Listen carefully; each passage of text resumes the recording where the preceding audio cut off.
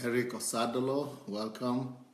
Victoria Salau, Shigo Mwafo, Daniel Atsenga, Shegun Fatuma,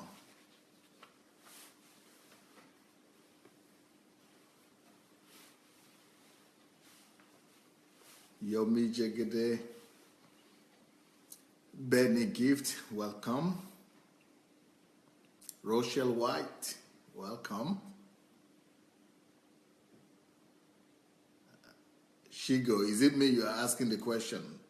How am I this evening?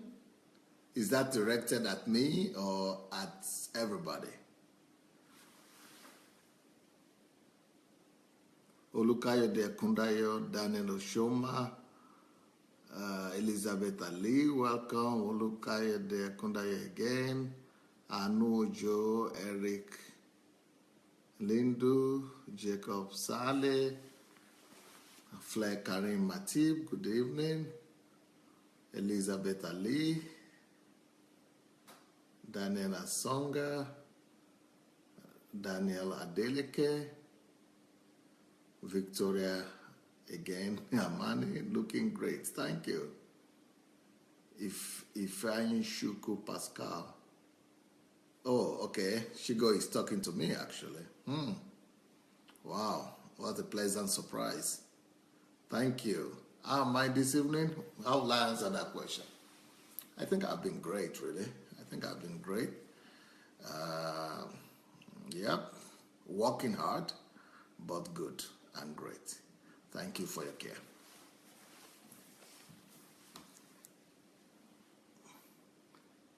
T.Y. Moore, Shinwe Ananaba,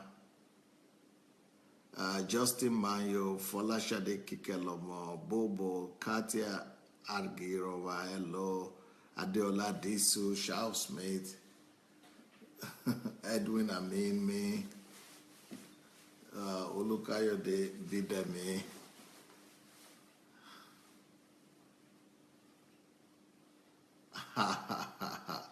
So Shinwe, you love the shirt. I almost changed that shirt. I was not convinced it was going to be nice, but you give me confirming that it was the right choice then. All right. Lilia Beasley, good evening. Now you speak in English, Lilia. Welcome, welcome, welcome. Welcome, everybody. Let's go ahead and share the link, and let's do that fast and on time so that the other people that don't know where we are will be able to find us. So let's quickly go and invite our friends and other people that we know. Let's write some interesting things. Let's write some appealing words to them so that they will be able to know that this is important for them to come along and join us. So, yeah, let's go ahead and invite everyone that we know, that we care for, and we'll be ready to go. T.Y., you think I look cute? Thank you for that. Thank you. Layo Charles Emmanuel, hello. Blessing.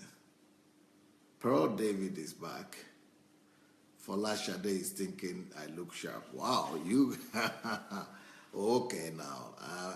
I think I'm going to tone down with my dressing taste so that less attention will go to that, I guess. Okay, here we go. Our topic for today is what your wife is expecting from you. What your wife is expecting from you. What your wife is expecting from you. I think this should be interesting for every man to know, at least every man that cares about his family and the well-being of his home and his family should be interested in this topic. What your wife is expecting from you. What your wife is expecting from you. This series is going. It's a pity that Facebook doesn't want to put us on the big Facebook platform. Otherwise, this series was supposed to be a big one. This series was supposed to go just wild, like wildfire. But no problem. We're going to manage what we have, and we all have to do a hard work. We need to do some hard work to spread the word. so that, this series will not be limited to just about 100 people that will be here today. And, most likely more people will need to hear these words. Most likely more people will need to hear these words. Okay. All right. I think you people have shared the link already. Hope everybody has shared the link. If you have not shared it, please go ahead. Okay. Layo is saying, Pastor, please wait. Let us share the link before you start, to give us a few more minutes. Okay. So let's quickly go and share the link and write some good comments, and so as for people to know what to expect. So the topic of today, what your wife is expecting from you. Is there any man there that will be interested in knowing what their wives is expecting from them? Maybe you are not married yet. Maybe you have a girlfriend. What is it that your wife is expecting from you? And not just your wife, but any woman that you have in your life. I think women are basically the same. They expect the same thing. And like I said in the beginning of the week, that if you are a man, you are supposed to give some of these things, apart from the intimacy part. You're supposed to give a lot of these things to women around you, and to be a factor of blessing and a factor of stability to all ladies around you. And some of the things I'm going to talk about today, there are things that you need to give to your daughters, and you need to give to your friends, and to your sisters, and to your mother even, and to other ladies that are in your life. So what is it that your wife is expecting from you? All right, so what your wife is expecting from you? What is it that your wife is expecting from you? I mean, I've been talking about this since Monday. So if you missed some of this, you might want to go back and listen to the ones you have missed, and you might want to also, follow, because we are going to talk about this till next Monday. Now, the point that the first point I want to make, I want to try as much as possible to make as many points as possible, right? What is a wife expecting from the husband? Listen.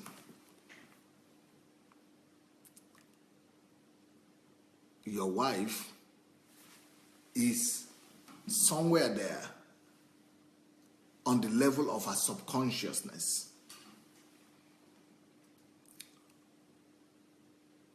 She might not even voice it to you. Maybe she's not even thinking about it. Because, there are a lot of things going on in our subconscious that we might not even have contemplated. Maybe we have not even thought about. And we will not even admit that we are thinking about these things. But this point I'm about to make now, some women have contemplated and have thought about this, but most women will say they don't care for it. Maybe they don't, but it will still be good for you to know. I think every woman is somewhere silent, maybe silently or openly, somewhere, she's expecting the man in her life. And the man in her life doesn't have to be her husband. The man in her life could be her father. The man in her life could be her brother. The man in her life could be her friend. The man in her life could be the person that she sees as a father figure, all right? So, but we are talking about relationship this week, so I'll just use wife. So every wife, every woman, every girlfriend, every lady is expecting that man in her life would somehow help her to discover herself and come to fulfillment in life. It's a kind of a giving. It's a kind of a natural thing. Sometimes the ladies might not really voice this out, but within herself, she's thinking, if you are a real man, right? If you are a real man, and if you call yourself a man, and you say you are a man, that you should know that you need to help me to discover myself. You should know that you need to help me to realize my dream. Every woman is expecting the man in her life to help her realize her dream or her dreams. It's just kind of a natural kind of thing that you say you love me, you say you care for me, and you said I'm important to you. If I'm really important to you, and if I'm really who you say I am to you, if I hold that place in your life, it's supposed to be natural and elementary. I don't even need to tell you this for you to walk towards helping me come to my self-fulfillment and my self-realization. So if you are a husband and you have not thought about that, and you think, and there are some men that go about and tell the lady, what do you want? What do you want now? And you can do what you want. And just go and do what you want. Women are, no matter how strong they are, even if she knows what she wants, all right? Even if she has the ability to do what she wants, she kind of wants to have a support, an armrest, or somebody near her where she could place her arms like this. Where she needs somebody to lean on. That's the right word. She needs a shoulder. She needs a shoulder. She needs a shoulder to lean on. Even though she knows what she wants, maybe, even though she might be strong enough to get it, but that's your support, eh? That's your support. Might just be that little strength, that little thing that she needs. Don't you ever think that my wife is strong enough, my sister is strong enough, or my mother is strong enough, or my fiance is strong enough, she knows what she wants, she will just go, I don't need to. Well, maybe she could have made it by herself without you. But then why are you in her life if she cannot rely on you? Then why are you there if she cannot fall back on you? Why are you there if she will not be able to lean on you? Why are you there if your shoulders are not there for her? Why are you there if you will not lend her your shoulder? If you will not lend her your hand? If you will not lend her your ears? If you will not lend her your voice? Sometimes she doesn't need the answer. She just needs your ears for you to listen and, give her that support, give her that acknowledgement, give her that affirmation. I will even tell you a story today, because there are some cases whereby the lady might actually tell you that she doesn't want to do anything and she's not interested in anything. And but despite that, if you will be there for her, if you will be there for her, if you will show her enough support, that flower will blossom. That flower will blossom. That flower will blossom. That flower will blossom. Ladies sometimes could be like, the way flower grows up? Flower is like a seed. First of all, that flower is in form of a seed. So when the flower is put on the ground, when the flower is in that soil, you don't see anything. So it could be like that with a woman. So a woman could be hidden. You are just seeing her and you are thinking, oh, this one doesn't have any ambition. This one will never become anything. No, she doesn't have any ambition. She doesn't have any dream. She will not become anything. She's not interested. She's disenfranchised. She's not. But you see, there is something that is called budding. Budding. B-U-D-D. Budding. B-U-D. When the bird is coming up, that the burden of the flower will just begin to reveal itself from the underneath of the soil. and to just begin to crack that soil open. That is how a lady could be manifested. That is how beautifully a lady could come into manifestation and realization. So when she's not having the watering, when she's not having the environment, when she's not having the support, when she's not having the encouragement, she's just laying low in that soil. And you would never think that soil has got some seed in it.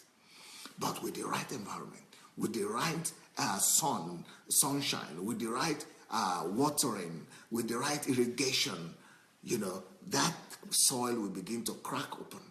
No matter how hard that soil has been, no matter how cemented that soil has been, no matter how, even if it has been made into an asphalt, if you let the lady open up and you give her the necessary support for her that she could actually, when she begins to believe in herself, that she could actually come to realization, that she could come to self-fulfillment, that she could realize her dreams, ideas will just begin to come.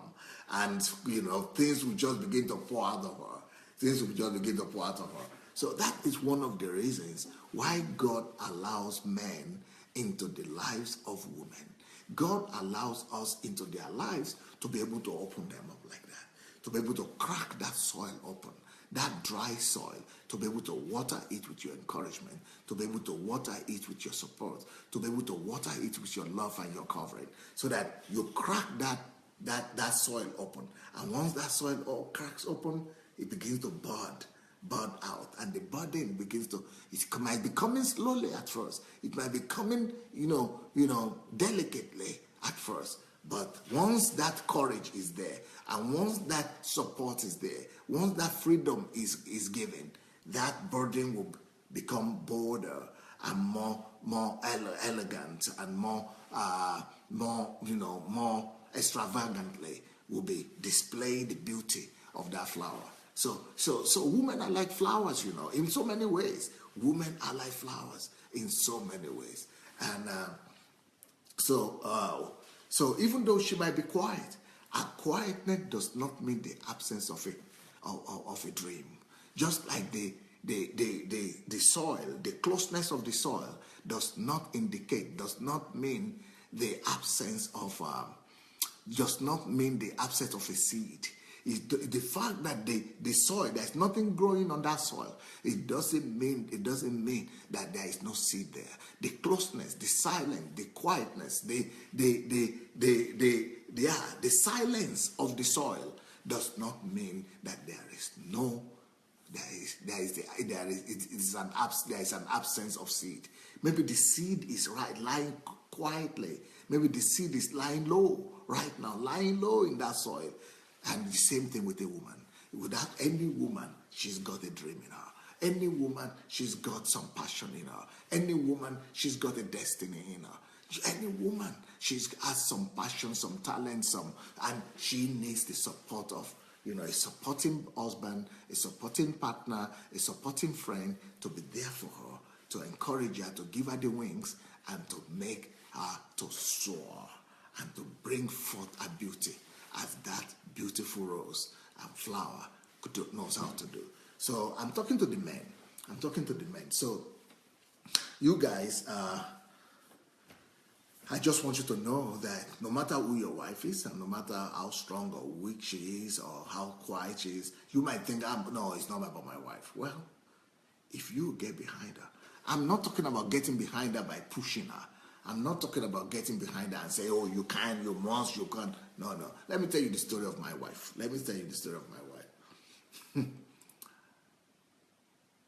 When I approached her for marriage, she, I guess maybe she liked me or so. I guess she might have liked me, okay?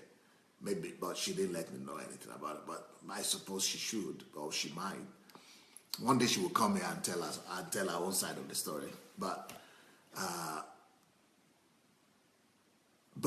one thing that I noticed when I approached her, I told her my story, and when she got to know that I was a pastor, I think all the likeness that she had for me kind of diminished, if not disappeared. Because I later got to know that she resented the pastors and she didn't want to consider marrying a pastor at all. Pastor was not in her calculations, and it was not in her dream. And so I guess the compromise and the way out was that she told me quite frankly that I don't have any intention to marry a pastor. Ooh, wahala day. I was convinced she was my wife. I was committed to marrying her. But so what should I do now? Do I need to pick my calling or I need to pick my love? So she's saying she is not convinced that she wants to marry a pastor. And I am convinced she has to be my wife. And now the person I'm convinced should be my wife is telling me she doesn't think so because I want to become a pastor. So I asked her a question. If I'm not going to be a pastor, will you be open to marrying me as an individual? Okay, I'm a journalist. I was a journalist at that point. But I told her that yes, I'm a journalist now, but eventually I have a calling upon my life and I'm going to become a pastor. And she said, no way, no luck. Oh, trouble don't break. Okay, so you don't want to marry a pastor, but I want to marry you. But inside my heart, I knew it was a test. Should I refuse to become a pastor? That was a challenge. But to tell you the truth, I considered rejecting being a pastor at that time.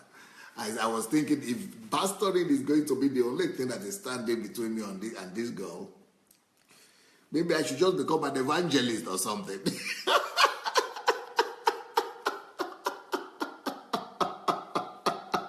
Maybe I should just become an itinerary teacher. Maybe I should just become a teacher and forget about pastoring. So I fondled with that idea a little bit. And I was saying, my God, okay. I discovered that no, if I do that, I will be in trouble with God. So how would I come out of this dicey situation? Huh? I was sweating the way I'm sweating now.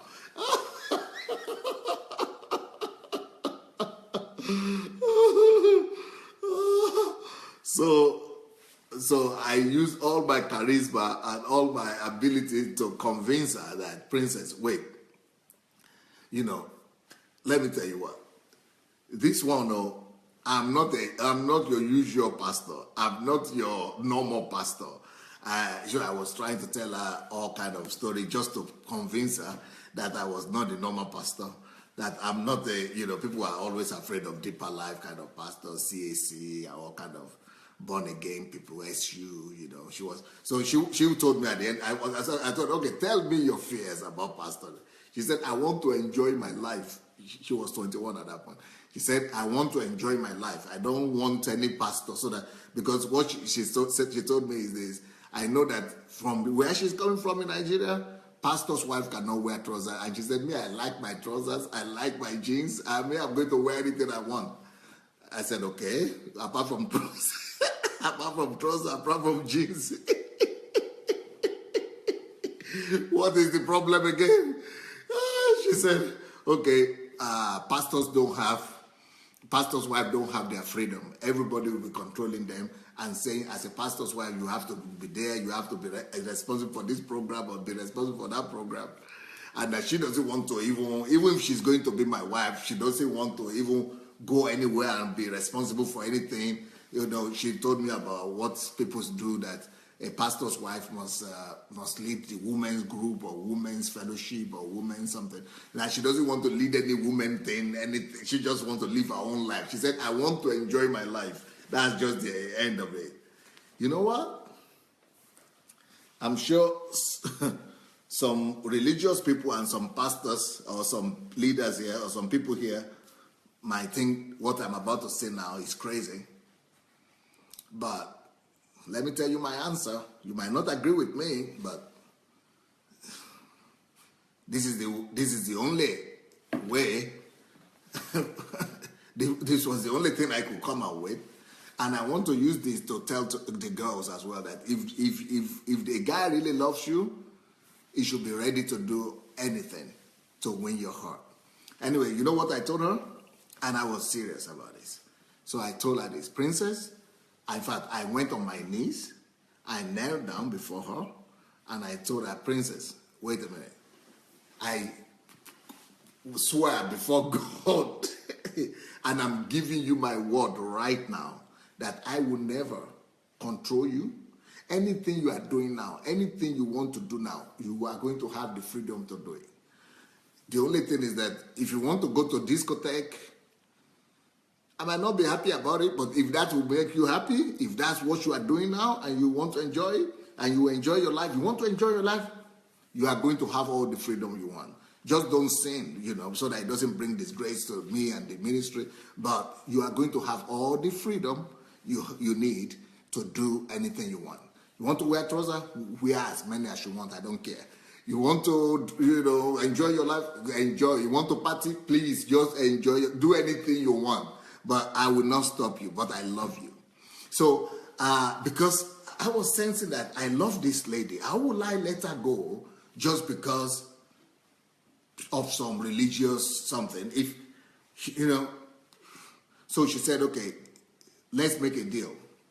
She said, you have to promise me that you will never pull me and you will never ask me to be doing something in the church, because I got born again when I was 19, but she grew up in church all her life. So growing up in church made her to hate pastoring or anything to do with church work at all. Altogether, she just she was out of it. She said she saw the way members of our church were criticizing the pastor's wife, even our own family, how they were talking behind the pastor and talking about the pastor's wife, talking about the pastor, and just things that are not fair, things that are not just, and that they don't treat pastors fairly in the church that she came from. So she had a very bad experience, and she said, I don't want to have anything to do with with church or with ministry. If you want to do church, if you say God call you, go and do. He called you by himself. He called you by yourself. Go and do church. But if you want me to be your wife, only on the condition that I will not have anything to do with church. She said, I'm born again, so I will be coming to church, but I will just sit down anywhere I want to sit at the back of the something. So don't go and put me in the front of the seat and say I'm the pastor's wife, or I have to be there, or I have to do this. I just want to live my own life and be a Christian and, not have anything to do with your ministry or with the church.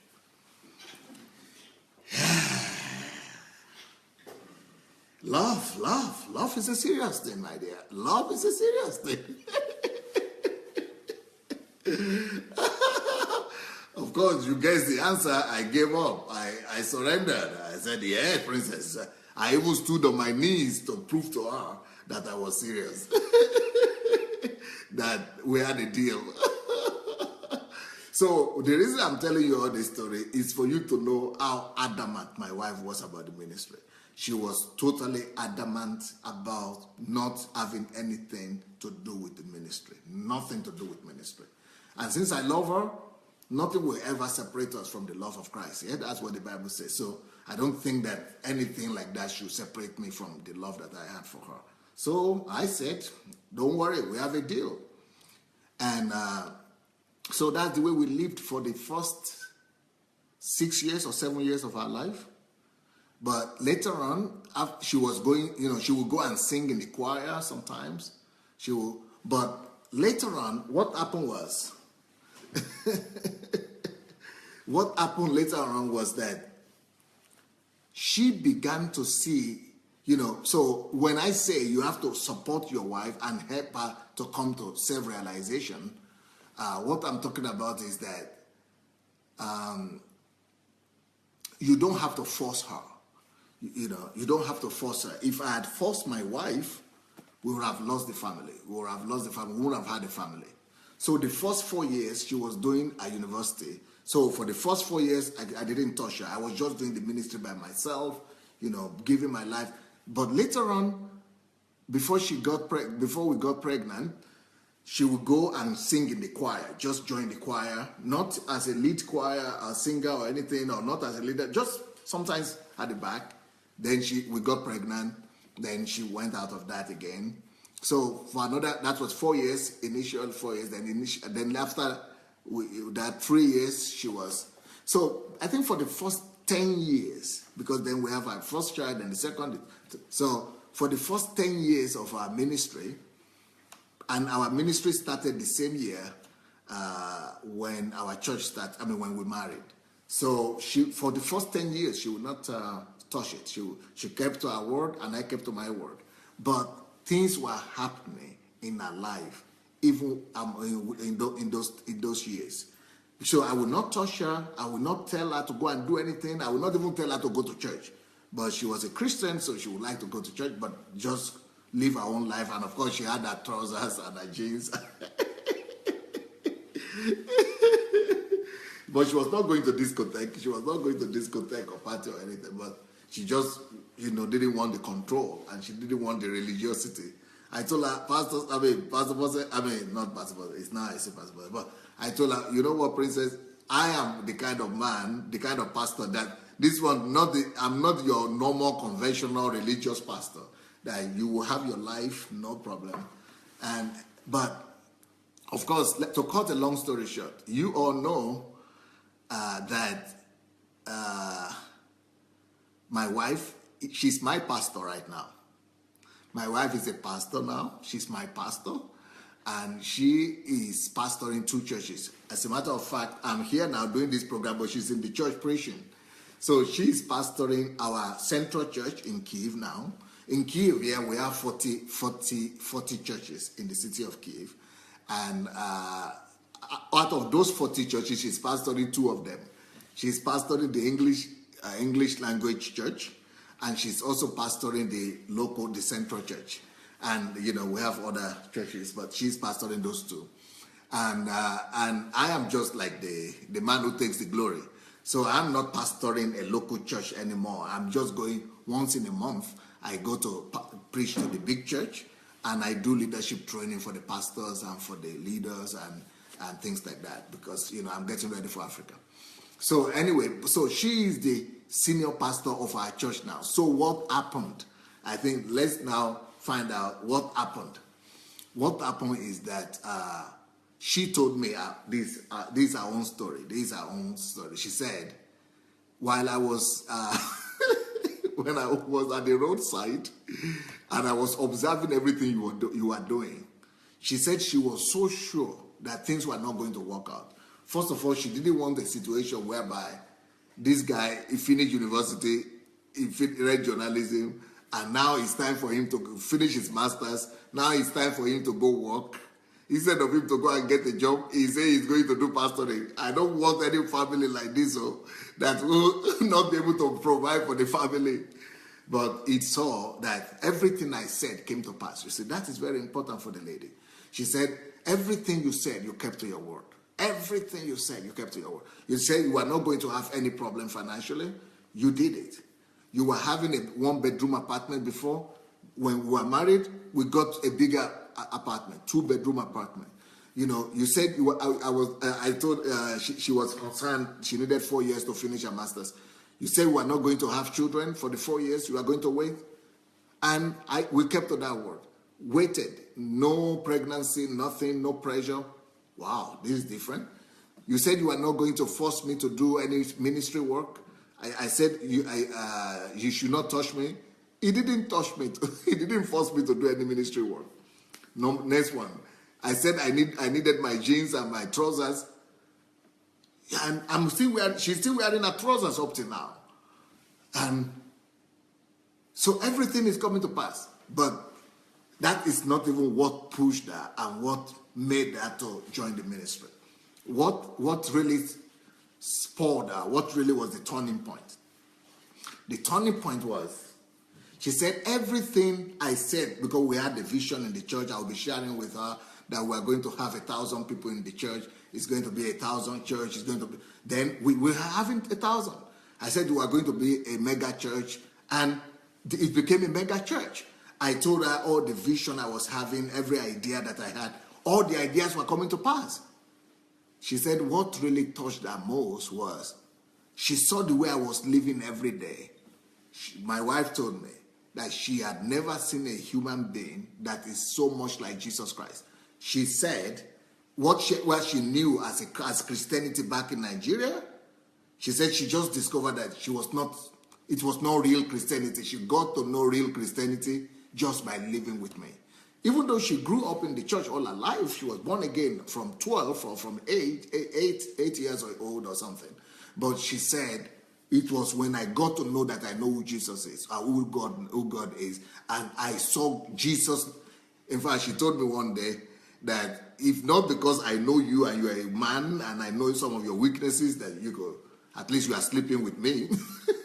She said, I would have thought that you are not a human being. I would have thought this is just either it's an angel or some superhuman being that is in human flesh. She said, I couldn't believe that there is a human being that's living with me. So just living with you alone was enough for me to want to become like that. I just want to become like him. I just want to become a minister as well. I've seen so much. I'm seeing this miracle every day, of just living with this man. I want to become like that. And then another point that really touched her and made her to take a decision to be a minister. She said she started seeing former drug addicts or just ordinary Ukrainians. And if you have lived in Ukraine before, if you have lived in Russia before, Russians are not Christians. At that point at least, Russians were not born again. Russians were some of the most wicked set of people. They are still some of the most wicked set of people you ever meet in your life. Because of communism, atheism, Russians are not. They are not human beings. They are not normal humans. Their ways is the way of wickedness. Russians are so. But she saw me working with these people that we all thought they were not. They were animals. They were not human beings. They were wicked. They were demons personified. And she saw me converting them one by one. And I was not working with Africans or foreigners or black. These were Russians who were really getting transformed and born. She said each time she sees all the changes, and she's sitting with me, I'm his wife. I'm his wife. She's pinching herself. I'm his wife. I'm his wife. So, and she started seeing the strategy and the wisdom that I was using to do all that thing.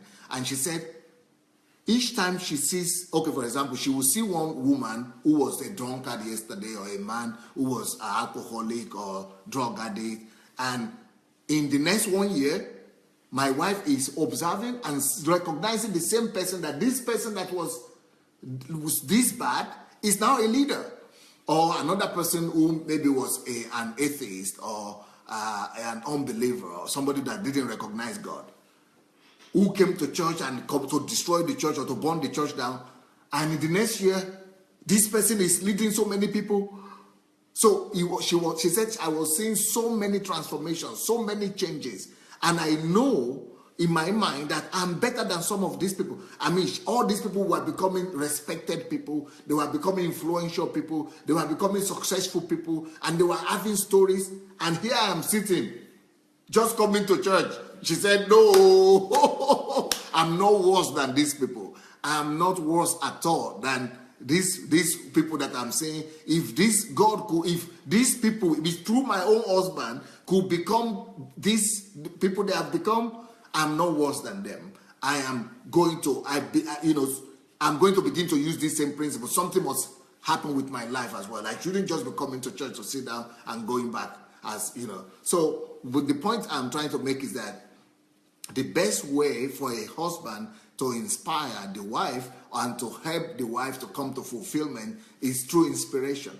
Is through personal example is through, it's not through pressure, not through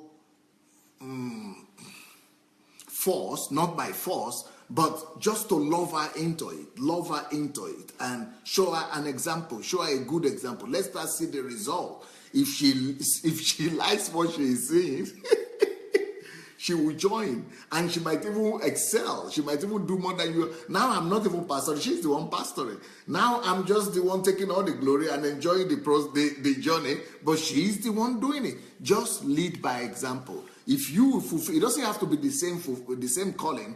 Maybe your husband your wife is supposed to be in another calling, but if she will see the way you are fulfilling God's calling, if she will see your example, how you are pursuing God, if you will show the example how, serving God is sweet, how pleasing God is wonderful, it doesn't have to be in the pulpit. Maybe you are a medical doctor. Maybe you are, a youth minister. Maybe you are a late woman minister or men's minister. Maybe you are, it doesn't matter if you are fulfilled in your own calling, if you know your own mandate, if you know what God has called you to, and you are doing it with so much joy and so much fulfillment, and your wife is seeing your lifestyle day in, day out, she will be left with no option than to join you, and maybe not join you, but she will also be encouraged to want to fulfill our own calling and our own destiny. So that's what I discover in my own family. But the idea is that no matter what tactics God will have you to use, help your wife realize herself, help her realize her dream, help her realize her vision. Help her to come to fulfillment of whatever, passion that she has that is living in her heart. And that's number one. Let me quickly leave that topic. I think I made the point already. The second point I want to make today, what your wife wants from you, is that, listen now.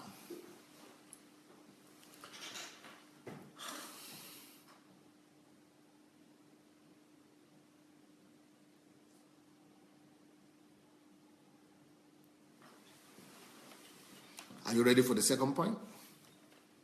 Serious? Really? Are you ready for that second point? Oh, really? Men, I'm asking the men. You want to hear the second point? Do you really? Well, the second point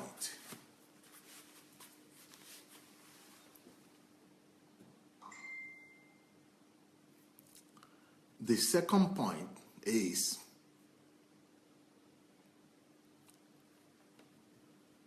every woman, including your woman, every woman, including your wife, every woman needs her space. Every woman needs her space. Every woman needs her freedom.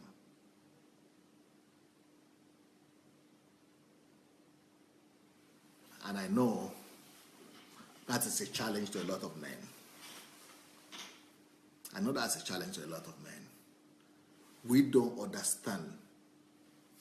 Most men don't understand the concept of honor. And we don't know that by letting our wives have their freedom is one of the ways, it's one of the greatest ways to express trust in her. And not just trust, but it's one of the greatest ways to express love to her. Don't let your wife ever have a feeling of being in the prison yard. Don't you ever cause her to feel that she's in prison. Don't you ever play the role of a warden upon and over your wife. Don't let your wife ever feel constrained as to feeling that she cannot be who she's meant to be.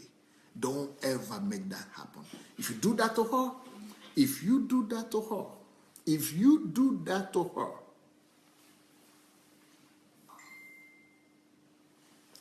you will actually be abusing her. let me tell you, that is an abuse. You are abusing her because when you promised to marry her, when you told her that you loved her, when you told her that she was important in your life and she was important to you, you didn't make a deal with her. You didn't make a contract with her that she will lose her freedom. You never told her that she will never have her own space. You will never tell her, I'm sure you never told her that she will never have her space, she will never have her place, she will never have the freedom to be who she wants to be and to live her life the way she wants to live her life. As a pastor, I experience this all the time. As a pastor, I experience this all the time. Okay, for example, I had a lady who wrote me. She wanted to come for HMT. She's in America. This is a Nigerian girl in America. Not even a girl, she's a woman. I don't know her, but maybe she watches this program or not. So she wrote me and said, I plan to come to the HMT if my husband will release me. What is that? What is that? What is that about? I asked her, what do you mean? You don't have the money? Oh, it's not about the money. You mean you are working, you don't have the time? Oh, it's not about the time. Oh, maybe you want your husband to stay with the children. And no, we don't have a kid. If you don't have children, so why is he won't let you go? If you need to grow, if you need this, as African women, we need to take permission, and I've tried it many times before. It will not, if he doesn't see, if he doesn't know where I'm going, or if he doesn't, he's not sure, he will not allow me to go, and I cannot go without a blessing.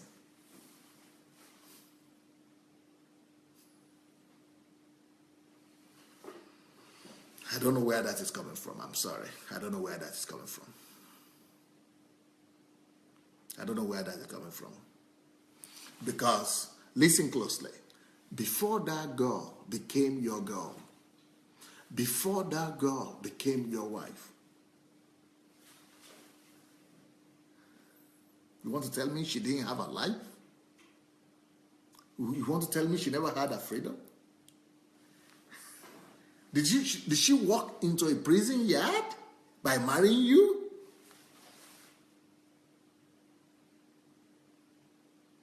Did you admit her into a disciplinary incarceration? Honor that lady. Man, let me tell you something. You think you can control your wife from sleeping around or from committing adultery? Let me tell you something. If a woman wants to do it, she will do it, and you will never even have an idea. But that is not the problem of women. Adultery is not the problem of women. Believe me. There is no way you can get a woman to commit adultery if the man is playing his role. There is just no way. A woman is not inclined to committing adultery. All those things that men are saying among themselves, believe me, is not true. Women are not as promiscuous. It is the men that are promiscuous. Especially if a woman is having a husband that she is satisfied with, if a woman's husband is meeting her needs, not just sexual needs, just her need as a friend, as a companion, as just being a good husband, being there for her. If he's a real man and she is fulfilled and satisfied, she doesn't even notice any man again. It's not about men. We are using our own standard to judge the woman. Women don't go ahead looking at men and say, I want to sleep with that one. It is men who do that, not women. Women don't do that. Women are, women are more pious than us. Women are more, they are purer than women. So don't even suggest that to your wife. Why should you even make her to even think that she's not fully human Why should you even make her to think that she has to be controlled? Why should you even suggest that to her, that you might not trust her, or you are not sure if you... Why should you even tell her she needs your permission? She's an adult. She went to primary school without you. She went to secondary school without you. She went to university without you. She goes to work without you. So who are you now? Are you the Almighty God? No, don't put that in your family. Don't let that come. Some people say, yesterday, somebody, or 2 days ago when I mentioned this, somebody wrote and said, Pastor, but you say you must take care of our wives as a father. Yes, but do that as a suggestion. Do that not as a control or permission kind of thing. Tell her your opinion, but let her make the decision in that sense. Tell her what you think, but give her the freedom and the liberty. Let her know she can always have her own freedom, and she always has her liberty. But don't put her under a constraint.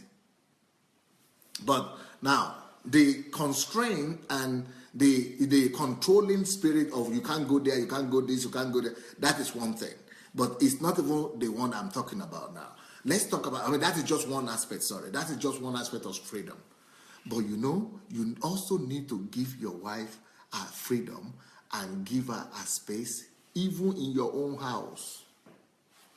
There is nothing as terrible to a woman as to feel that she is not the owner of the house. A woman must feel as if she's the owner of the home. A woman must be made to own the house. A woman must be made to own the home.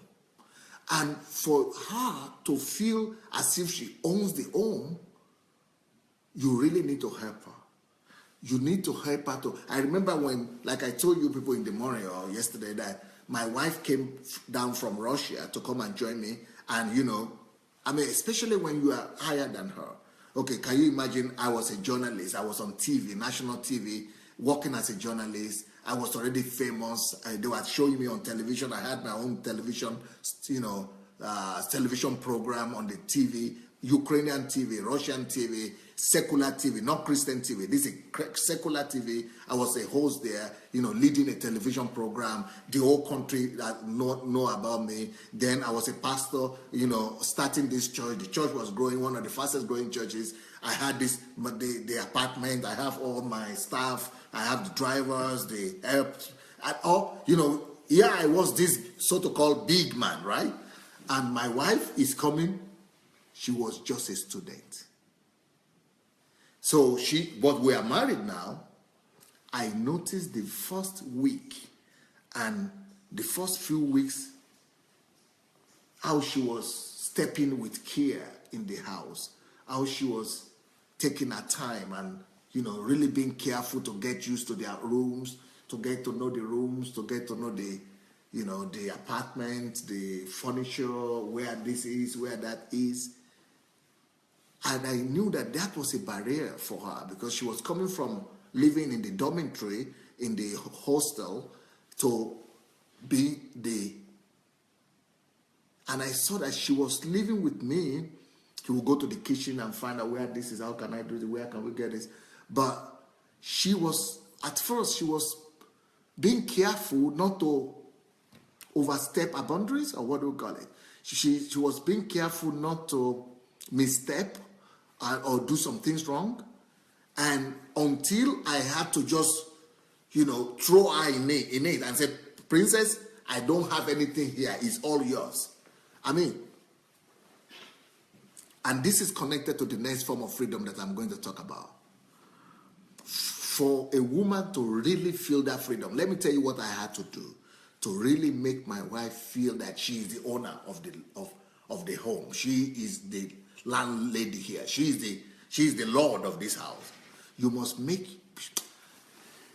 I'm trying to be careful how to say this. But I don't want not in Kiro. I think I think it was Shigo who wrote that African men are going to be asking for my head soon. But this one will really make them to ask for my head, because Should I tell you people? I shouldn't say. Maybe I shouldn't say. Maybe I shouldn't say.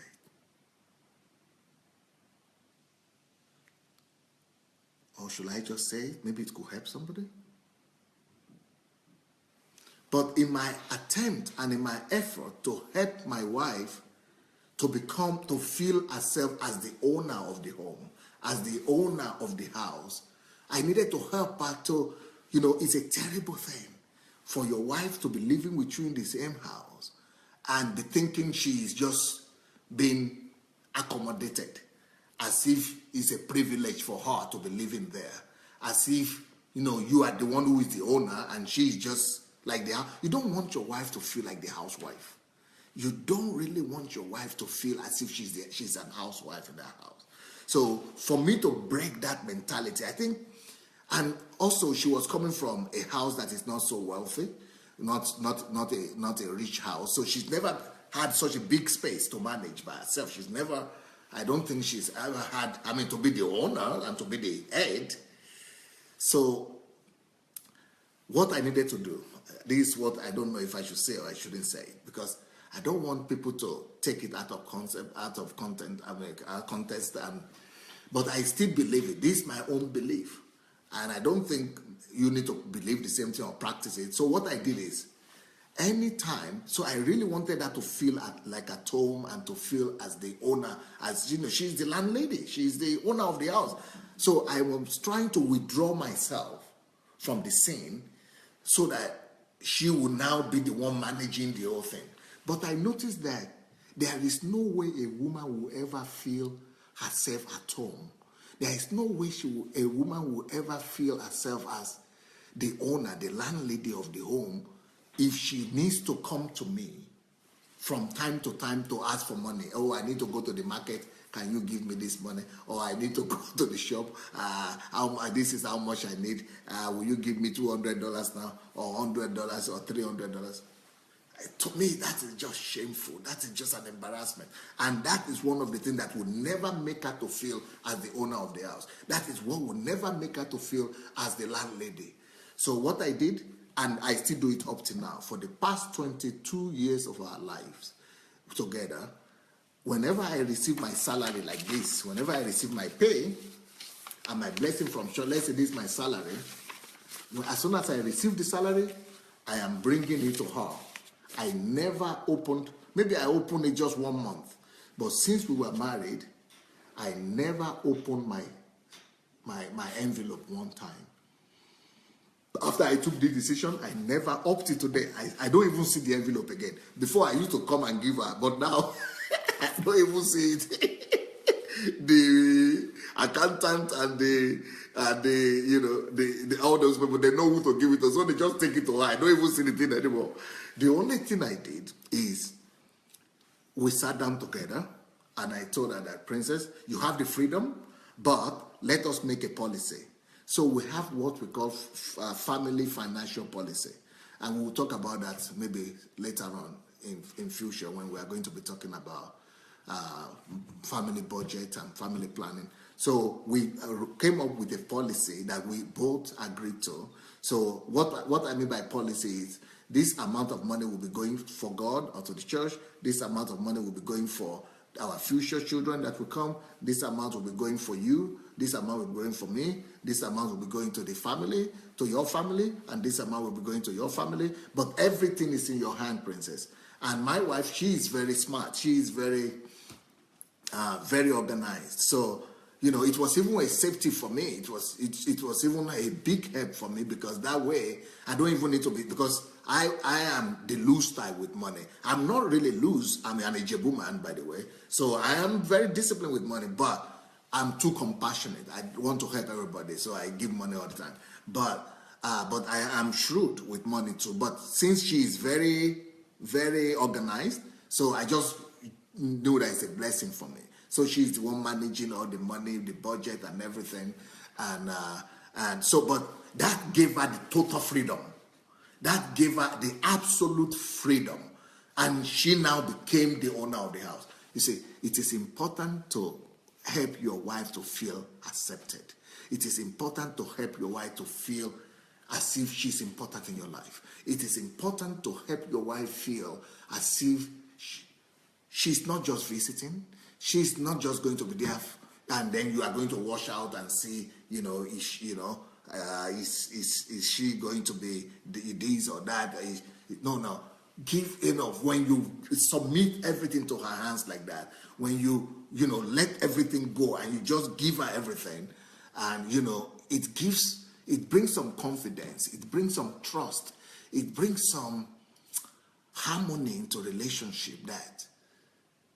But for me, it's just a shame, and it's a thing of embarrassment to have my wife coming to me and be asking for $2 today, $5 tomorrow, $200 tomorrow, day after tomorrow, and then maybe this one is not enough. Okay, this is the change. Take the change. And I say, okay, keep the change. Don't worry, keep the change. And okay, I need underwear today. I need bra tomorrow. I need masturbation day after tomorrow. Give me this money. Give me this one. No, I'm not into that. I'm not into that. I'm sorry. I'm not into that. I'm not going to be into that. I'm not going to get involved in that. I'm not going to get involved in that. I'm not advocating that you should be giving your whole salary to your wife. You agree among yourselves. Because even though, despite the fact that I give my own whole salary to her, we still have a policy, like I said. We have policy. So in that policy, we have joint accounts, and we still have separate accounts, individual account, depending on how much we have. The policy says should go to where. But talking about freedom, giving a woman freedom, that is this one I just mentioned now is probably one of the most important aspects of freedom that you want to give to your wife. Let me mention another aspect of freedom. Your wife must have the freedom for her self-development on a daily basis. Let her have a space in the house. Give her room to be alone sometimes. When you shouldn't even, especially this is a problem of the women sometimes, but the women are the ones who always want to. But as a man, also some men do that. You are occupying her space all the time. She doesn't have time. She wants to do something. You are saying, oh, you are come. That could kill love very fast. So in the house, make sure that you give her a space. When she's busy, respect her. I'm not talking about when she's busy in the kitchen. No. I'm not talking about the kitchen busy or she's busy with the children. Those ones, that is not being busy. Give her some time to be busy for herself. Give her some liberty to have some time to herself. Don't just, be dragging her from kitchen to bed and from bed to the children, from the children to bed again and all that. That is so frustrating for a woman. Don't let her life, don't reduce her life to children, bed, kitchen, bed, children, bed, kitchen, bed. Make sure you let her know that she has the freedom and the liberty. Give her that space whereby she could just be on her own studying, and you are not going to that room, and you are not even touching her, or you just look and see that she's studying, or she's reading, or she's on her own, or she's talking, and you just leave her. You don't just say, I'm here, and then she has to quickly drop the telephone and rush to you, or quickly drop the book and say, oh, okay, and no. Let her know that, okay, how many more minutes do you need? Do you need 2 hours? Okay. But when you are through, please, you can come to see me. Or, let's meet. Or let's talk. But, honor her time. Honor her privacy. If the fact that a woman marries you doesn't mean that she has to lose her privacy. The fact that a woman marries you doesn't mean that she cannot have a time to herself. She cannot have a solitude, or just her own time of meditation, or her own time of alone. Oh, she wants to pray by herself. Okay, oh, why are you not calling me? Let's pray. Maybe she needs to just talk to God on her own by herself. Or she wants to study. Every woman or man needs to grow. So give her that space, that pace. Give her that freedom. And let her have her space. Let her have her space in the house. Okay, then another thing is this. The final thing I'm going to talk about, talking about freedom, giving your wife freedom. This was hard for me. This was hard for me. This one was hard for me. But you know what? We shall not all die, but we shall all change. It was hard for me, but I just have to count with reality. We have to count with reality. But this happened especially when my wife became much more busy as a pastor, and when she became so busy and with the children and everything. The daily schedule and program of the man is often different from the woman. Okay, can you imagine a woman who wakes up in the morning to dress her children and women are the ones who do that most of the time, because she's dressing the kids and taking them to school, or driving them to school, or dressing them to school, and then she has to go to work, or she has to do a lot of things, or cook, or clear the house, or prepare, or clean the house. It's just crazy. The woman's schedule at home is just crazy. I personally think if a woman is having children and she's, I think a woman should not work. As soon as she's on the stage at the time of, having children, I think if she wants to work, she can, but I think a man should do everything for a woman not to work, especially when she's still, she's still growing. Because, getting all those children to school, dressing them, waking up early in the morning, and then going to clean the house. I mean, the whole day she's busy. So now, you know what happens? I come from work, and she wants to sleep. And I said, oh, okay, you want to sleep? And we have one bedroom. So, but I want to read. That time. Or okay, let me just tell you another example. Something is still the same thing, but can you imagine? Maybe that happens in your own family as well. Sometimes I feel like having music on while I sleep, because music helps me to sleep. But she cannot stand that music. She cannot stand the music. She can't stand it because she needs to sleep. She needs tranquility. She needs just a peace of mind, tranquility, 100%. And most of the time, you know what we men do? We expect the woman to give in, to compromise, and to just endure it.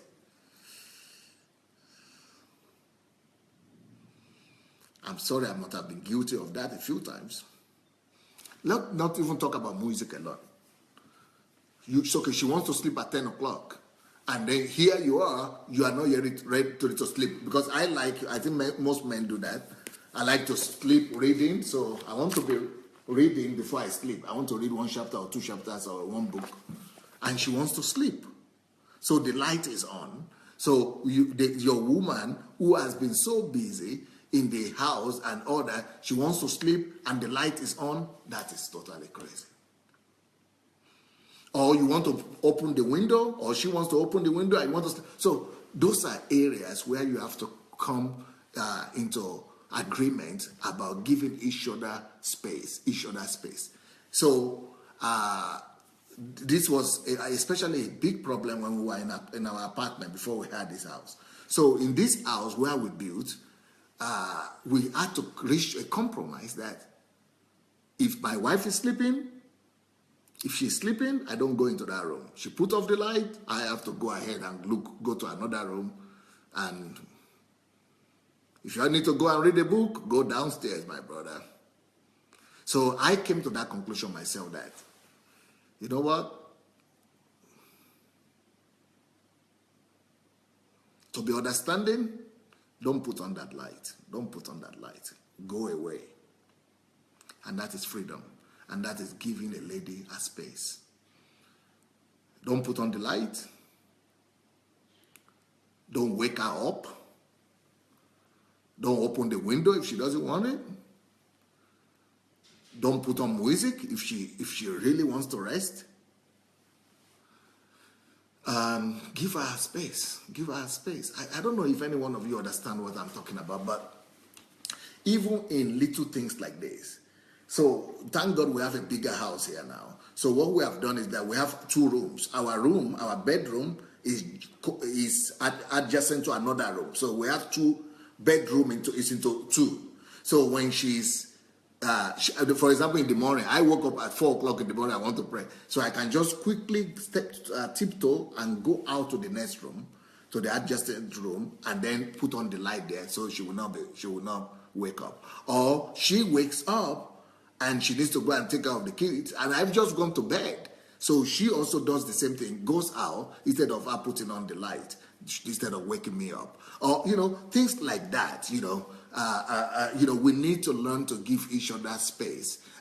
But because we are men, we kind of just bundle our way through and just say, I'm the man. So most of the time we kind of think that the woman always has to retreat. The woman has to be the one to suffer.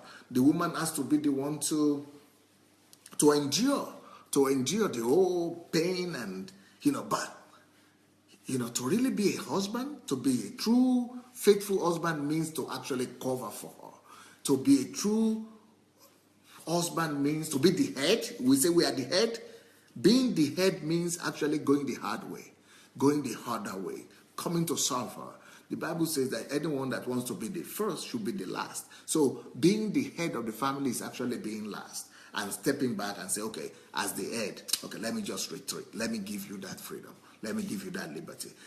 Being the one to step aside, being the one to be the stronger one and to just prove your headship by serving her. And since she is also the weaker vessel, always know that you cannot begin to argue with the weaker vessel. You cannot begin to, bundle your way through with the weaker vessel. If she is the weaker vessel, step down for her. And if you are the one that is strong, if you are the head, you are the one that is strong, then what the best thing that a person that is really strong does is the real strength is the ability to control strength. Real strength, real power is the ability to control power. When you are powerful and you are strong, you don't begin to use your power to make your own way and to oppress other people and push them. No.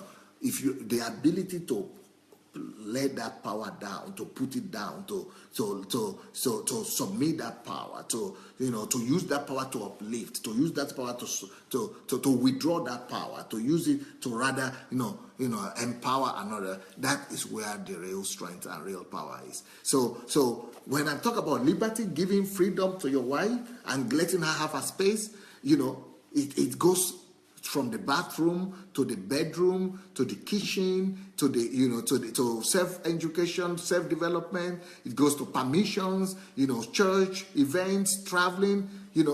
It's giving a woman freedom touches on everything. What was the time, by the way? What is the time? Okay. My time is long gone. Well, I don't know if you have shared the link already. Have you shared the link to this program? Please, let's go down and look into the share button or find a button under your video. You should have a link there for sharing. So let's share it and write some comments. Let's share the link and write some comments so that people will be able to know what to expect in this program. Please write some comments and share the link. Let me read what you are all writing.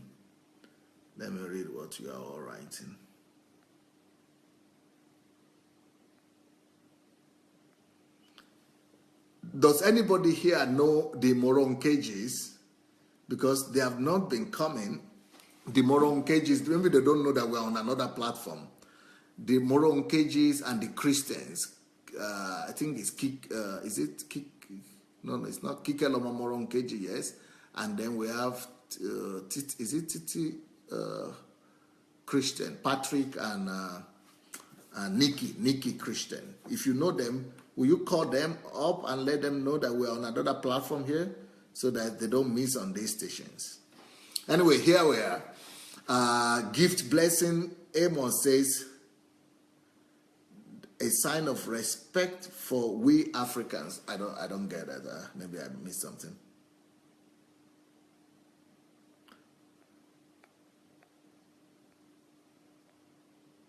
Jennifer Ashibe says, Pastor, I'm going through this situation now, walking on shelves so not to offend my in-law.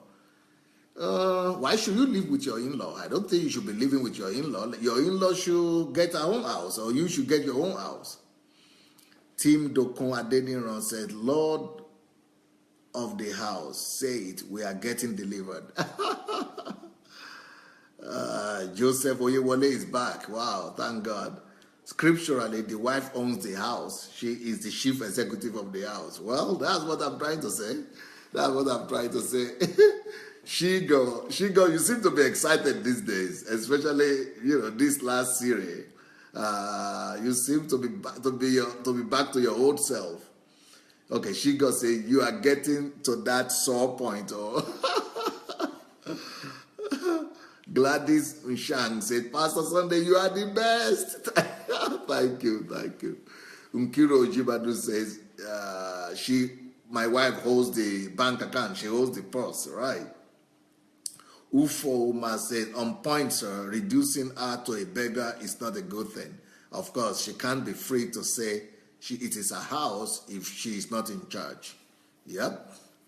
Fumi Jeboda said, he is not a Nigerian man. Pastor Sunday is not a Nigerian man. Wallahi. Wallahi in Hausa means, I think it means truly or so. Dr. Adelaja, Nigerian men don't want to hear this. Well, we have to raise another generation of Nigerian men. We have to raise the generation of enlightened men, kingdom men. We are no more Nigerians or Ghanaians or South Africans or Europeans or white. We are now kingdom citizens. So as kingdom citizens, we need to just apply the kingdom principles now. Tim Dotun said, this is financial liberation to the wife. I don't think it's financial liberation to the wife. I think it's peace of mind for your family and it's joyful family for yourself, for everybody involved.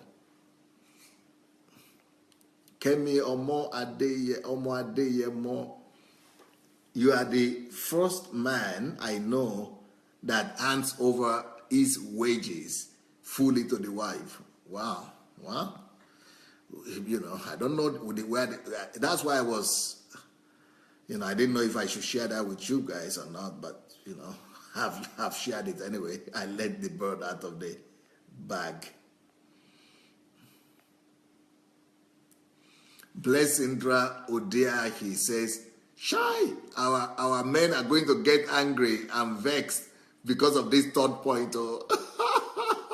Well, I don't know. Everybody could decide. Let every family decide for themselves. Let every husband and wife. But it shouldn't just be the man who decides. They should decide together.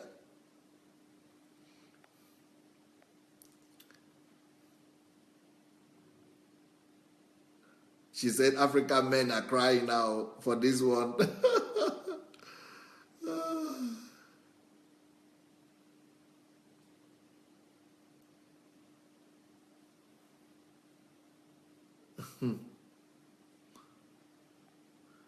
Tim Dotun says, wisdom from above, let her have the 100% control.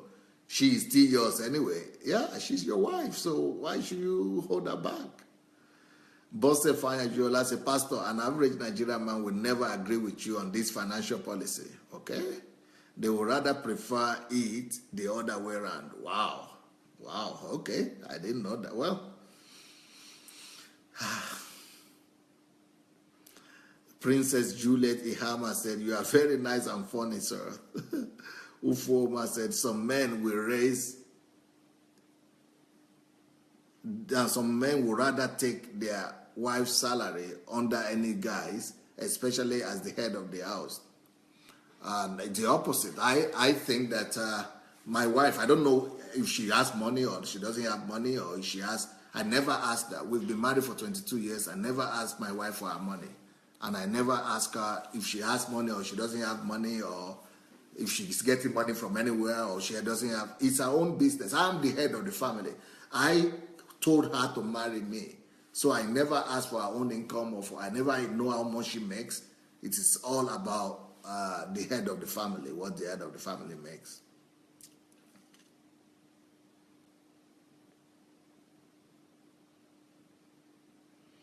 Tim says, the secret of trust, harmony, and confidence is freedom for your wife, right?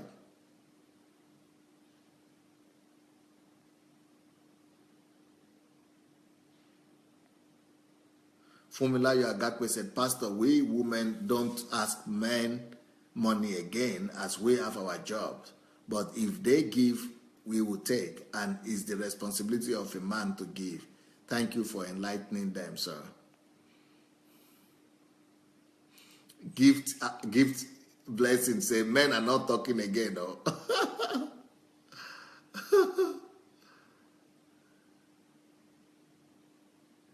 Ekunsami Thompson, this is a man saying, oh, you women are marrying men now. Your time will come on next week. Next week I'm going to address the women. that is when men will talk. So men are waiting, they are reserving their comment for next week. Right now, men have gone to solitude. Joseph Oyewole said the wife must have the wisdom for her self-development. Give her liberty to improve herself. Yep. Layo shouts Emmanuel. Pastor, thank you. In fact, my heart is glad for this third point. Although we practice this in our house, but those men who can't practice this are only selfish, self-centered, and do not really love their wives. If the man truly loves the woman, honor and respects her, he won't see putting her in charge of the finances as a big deal. Yeah, I think you're right.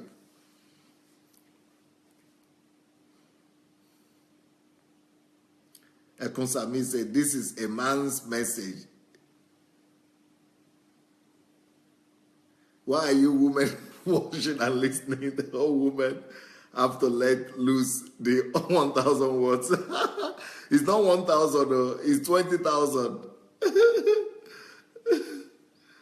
Paul says, we are listening attentively. So the men said they are listening. Jennifer said, thank God for Pastor Sunday. Esther said, exactly. Space to convert at time, retreat with God, and to grow and develop. This is the blossoming process. Yeah. Olukayode says, she is doing more work as an administrator. You will have no stress to explain why the salary could not take care of all the requirements. Women are better managers and administrators. That's a good thinking. That's what Olukayode thinks.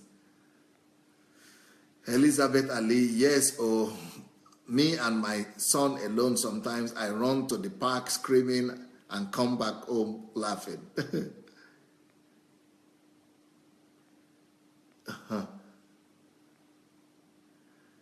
Apostle Tim says, I'm beginning to appreciate women more than the way I used to.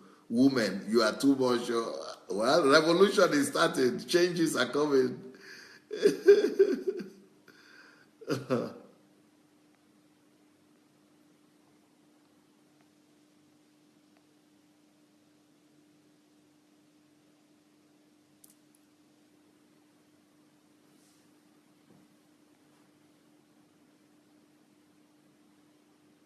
Ufuoma said, I'm blessed. I have so much to be thankful for listening to you, Pastor.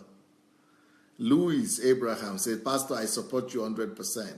Eukarya says, I am so proud of my late husband because he gave my mom, a well-organized woman, the opportunity to manage the finance and, of course, his salary.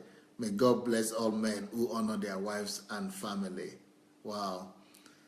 Apostle Tim says, compromise. Here where an African man has been brainwashed that women have to give in. So we enforce our rights against theirs. God have mercy on us. Yeah, and not just mercy alone. We've got to change. We've got to change that order.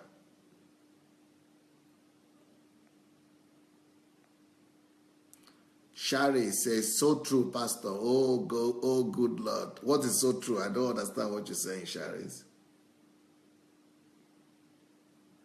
Ekunsami said, do you call the women weaker vessel? Pastor, it's not always so.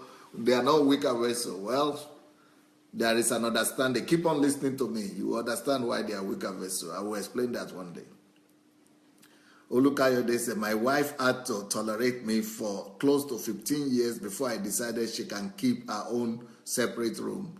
She prefers a cool and airy room while I prefer to sleep without fan or AC. It was a great sacrifice for her for 15 years. Can you imagine? because a man is by force, by force. But thank God you at least you came to the understanding later on after 15 years. Ufoma said, I fell asleep last night listening to you, Pastor. How my kids went to bed and all. I did not know. Thank God my husband was home. He just allowed me to sleep and I woke up to a quiet house. Brilliant.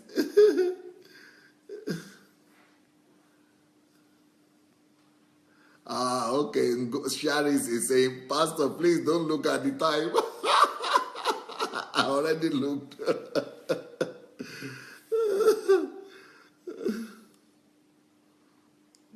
Joseph Oyewole said, the Bible says, submitting to one another in the fear of the Lord. Husband, love your wife as Christ loved the church and gave himself to her. Being the head means you are able to lay yourself down for your wife and your family. Brilliant.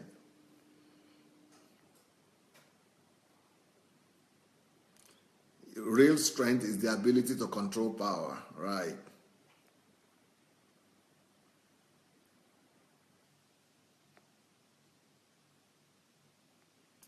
Margarita, oh, Pastor Sandey, it is just a dream for every woman to have a man like you described. Do they exist nowadays? Well, they don't exist by themselves. They don't exist by themselves. They exist by training. So what we have to do is that we have to train them and we have to give them solid Christian gospel kingdom training. So the idea, what makes the difference is training. So if you train them well, they will become like that. And in your country now, we have the missionaries there, Pastor Dima and the wife, they are like that. All the men that have gone through my training, if they are my disciples, they are like that. Eric said, thank you, sir. You are the best. Thank you. Nkiru said, we listen with both ears and mouths open. Eukaria said, Pastor, you are simply the best. Thank you. Shari says, wow, Pastor, you say unconditional love does not exist, but your love to your wife looks pretty unconditional to me. Oh, no, it's not totally unconditional. She's doing her part too. Truly, truly, the humble heart will conquer the world. Your humility and imitation of Jesus was so inspiring to her. She had no other choice than to follow and submit to you as well. What a wonderful synergy. I pray that I will have that kind of marriage one day. Amen. Thank you so much. Yeah, for you to have that kind of marriage, prayer is not enough. Is not enough. You need to pray, yes, but you also need to go through training for yourself. And that man that you are going to marry has to go through sound training.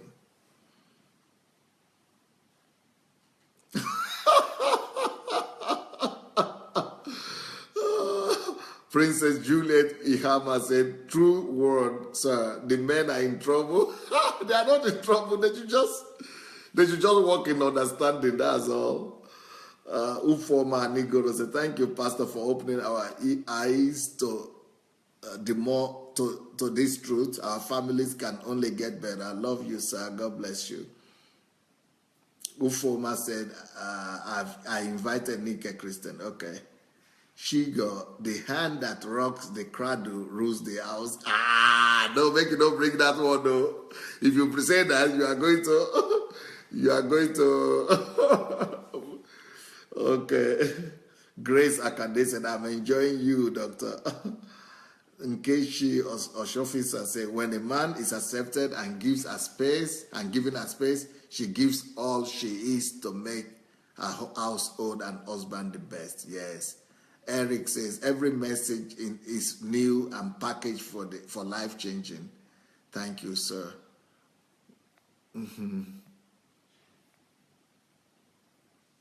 Eric says, sir, you are really from another world. Yeah, I think probably God brought me here to Russia and prepared me in the wilderness. That's what God told me when I said I was going to Bible school. He said, no, you are being prepared in the wilderness. So I think probably God is preparing me. He prepared me for these past 30 years in his own wilderness so that I would, he hid me from what is happening in Africa, so that when I go back to Africa, I'll be able to come with another concept, and we'll be able to correct those things that need to be corrected at home. I think these things, God has to teach you differently from where you are coming from for you to be able to have impact. Michael Afolabi said, thank you, sir. I'm doing what you just said about giving her space, because we met to have prayer time, but she said she's tired. I left her in the room while I'm here with you, converting the time. I'm blessed. Blessings. Wonderful, wonderful idea. She, Sandra, said, you are truly amazing, Pastor, and there is no pastor like you, sir. You are just the best. God bless you, sir. Thank you. Kate says, the truth has to be told. Anyone who has ears, let them hear. Molly says, Pastor, every day with you is enjoyment. I love you too much. You are the best. Thank you. Abraham, great. I learned that from 2007 and hand everything over to my wife. It has worked like anything as I have prospered since. Yeah, you see, that's a confirmation for you guys. That's Pastor Abraham, great, from London. Esther Kuganja said, many times, Pastor, these teachings are precious. Gift blessing Amos said, thank you, my mentor. You have broken many protocols. Louis Abraham said, Pastor, I'm a core Nigerian man, but I have your mindset 100%. You see? So I'm not the only one like this. My pastor here in America is from Delta State, but he pays all his salary into the wife's account and does not know how the wife spends the money, but he trusts her. You see? There are men out there. Thank God. Joseph said, we appreciate your openness on this platform. You are so different, and your experience is so unique. Your grace is unparalleled. Your wisdom is not of this world. The truth needs to be told. Thanks a lot. Victor David Shuk, Slava Gospodus, Pasiva, Slava Bogu, Daragoi. Shola Lamodi said, if the woman is happy, everyone else in the home will be happy. Yeah, thanks for the great insight, Pastor Sandey. Josephine Onabo said, I always want a wife to be in charge of finances. The home will run. Anytime a wife is in charge of the finances, the home will run smoothly, okay? Jennifer Ashebe, thank you, Pastor, for what you just said to me about living with the in-laws. My husband feels he's helping, and I've always told him that's not the way to help your relative. If you want to help, let him give them money a little bit, but they should live separate.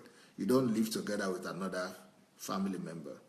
Louis says, so we still have very noble Nigerian men remaining, and when I got married, my wife will know she is married to a king. Oh, when I get married, she is not married yet. Okay, when I get married, my wife will know he's married to a king. Hey, Louis. Here we go, Louis. I need your support, because, we need more men to talk like that. We need more men to talk like you. Thank God. Thank God I'm not alone. You are not leaving me alone, oh, Louis. Olukemi Adeoshun say, when you are in charge of the finances, you actually spend less. He's talking about the woman. Spend less because you feel responsible. The truth is, it's more liberating for the men. I have the privilege, and sometimes I like the other way. Alfina, by faith, said, I pray my future husband is watching. I pray my future husband is watching this, Father God. Yes, Alfina, you've got to pray that God will give you a husband from this platform. You've got to get a husband that is been trained by Pastor Sandey, or that has been listening to Pastor Sandey's teachings. Abraham Great said, it's best to have joint accounts, and men should not have the card to that account. The woman should pay all the bills in the house and take care of the family. The man should go make the money and rest in the peaceful home. Wow, that is tough, Pastor Great. Brilliant. Kate Imoedeme said, the truth has to be told. Any man who has ear, let him hear, and make a 370-degree turnaround. Thank you so much for this enlightenment. You are loved, sir. Thank you. Modupe Mati Miloju. This is rich, Pastor. These words of wisdom for our men. Thank you.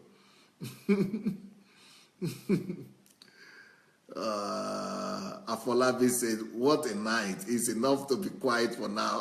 Meditating. That's a man talking. He said, what a night. It's been a long night. It's enough to just be quiet for now and meditate. Well said, well said. That is Afolabi Victor's. Niyi Oluwashola said, money is just a tool to achieve the goal of the family. It gives a man peace of mind if the woman controls the money, for sure. The problem comes when the woman doesn't have good financial management. Well, if the woman doesn't have good financial management and you both know that, then it will be wise for you it will be wise for your family that she's not the one controlling it. If the woman doesn't have good financial management or financial sense, then the other partner has to control the money then. You don't see a dish or a hole in front of you and go and jump inside it. If you know that the woman has problems spending too much money, then you have to give it to the other partner that is more shrewd in that sense. Okay, but Niyi says, I had more peace when my wife manages the finances of the family. She doesn't ask me for money when all the money is with her anyway. Yeah, that's good. Fola Shade says, you are a proper man, sir. You can't compare yourself with the chicken men that we see around. Bless Indra say, we are waiting. We love the truth anytime. Okay, for the women. Next week, I'm starting with the women. Galina said, good teaching. Who has ears, let him hear. Gift Blessing said, this message will be very good for birthday gift for all men.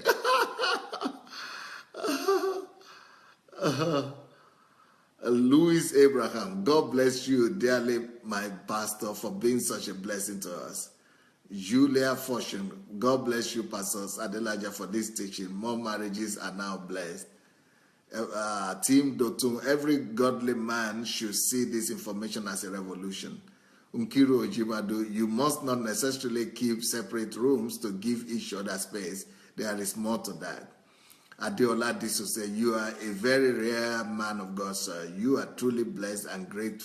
We are truly blessed and grateful for this platform. Thank you. Gladys said, thanks, Pastor. Men need training, sir. Victoria Oshia Anisha, thank you, Pastor. Women need this too. Some of us will take it for granted. Some of the women cannot be trusted with money as well. Fumi Jeboda, wow, all the glory to God, and thanks, sir, for being a yielding and useful vessel. Thank you. Ufoma says, I agree, sir. Thank you. Thank God for you, Pastor. Pearl David, thank you very much for all these teachings. Me and my boss are talking about God now because she heard me laugh out loud, laughing at the discotheque comment. You are an awesome man with an awesome wisdom. Thank you, Pearl. Tim Dotun said, I believe that, sir, you are just like Joseph. Please, sir, we need you to come home to Ijebu, Macedonia, and help us. Okay. I'll be back in Nigeria, and when I come to Nigeria, Ijebu is not going to be left out for sure.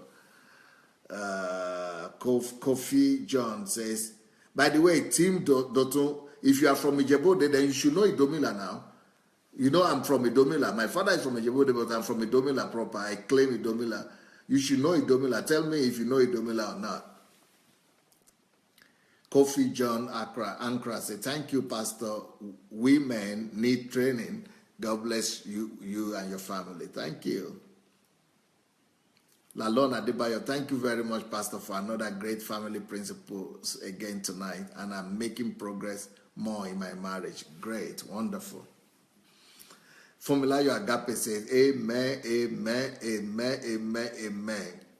God's purpose to prepare you for Africa will not be hindered in Jesus' name. Imagine all our children are useful in the Western world while their motherland is suffering. But if peace reigns, then they will be happy to visit or convince them to move there for business. Thank you, sir. Shinwei, Pastor Sandey, you are enjoying the love vibes from the ladies, Abby. Enjoy it, Jerry. You are a man with a difference. Thank you. Esther said, let the message sink in. Samuel Emerald said, long time, sir. Wow, it's a long time. I've not seen you for some time now. I was actually asking from Nkem, where did you disappear to? Lalon Adebayo said, all married men on this platform this week are blessed to receive these messages, and our marriage will make progress and move forward to a greater speed. Men, you will enjoy your home as you embark on this kingdom principle. Thank you, Pastor. Joseph Oyewale, the time is so slow and the ladies are enjoying this so much. Shy, men will wait for next week. Yeah, for men, I'm going to talk about the ladies next week. So this week is talking to the men. Next week is talking to the ladies. But next week, Tuesday, I think on Monday night, we are going to come back. We are going to go back to the other platform. The public page from Monday night. Tim Dotun say, very well, sir. I know everywhere in Idomila. Wow. I know your family house. Wow. I have to come and build another family house, isn't it? So I'm coming back to Nigeria, and we are not going to forget Nigeria, and we are not going to forget Ijebu there in Idomila. I don't just need to build another family house. I need to build another. Anyway, we'll talk about that later. Okay, thank you, everybody. We'll talk to you tomorrow. I'll be back tomorrow morning. God bless you guys. Have a wonderful evening. Bye.